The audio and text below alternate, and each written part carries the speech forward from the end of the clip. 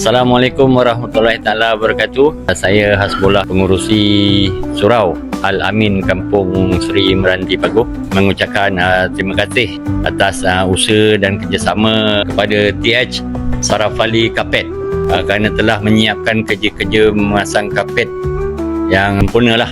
Ia dapat diselesaikan pada hari ini juga, iaitu malam ni 10 Syaban. Alhamdulillah. Terima kasih sekali lagi. Assalamualaikum warahmatullahi taala wabarakatuh.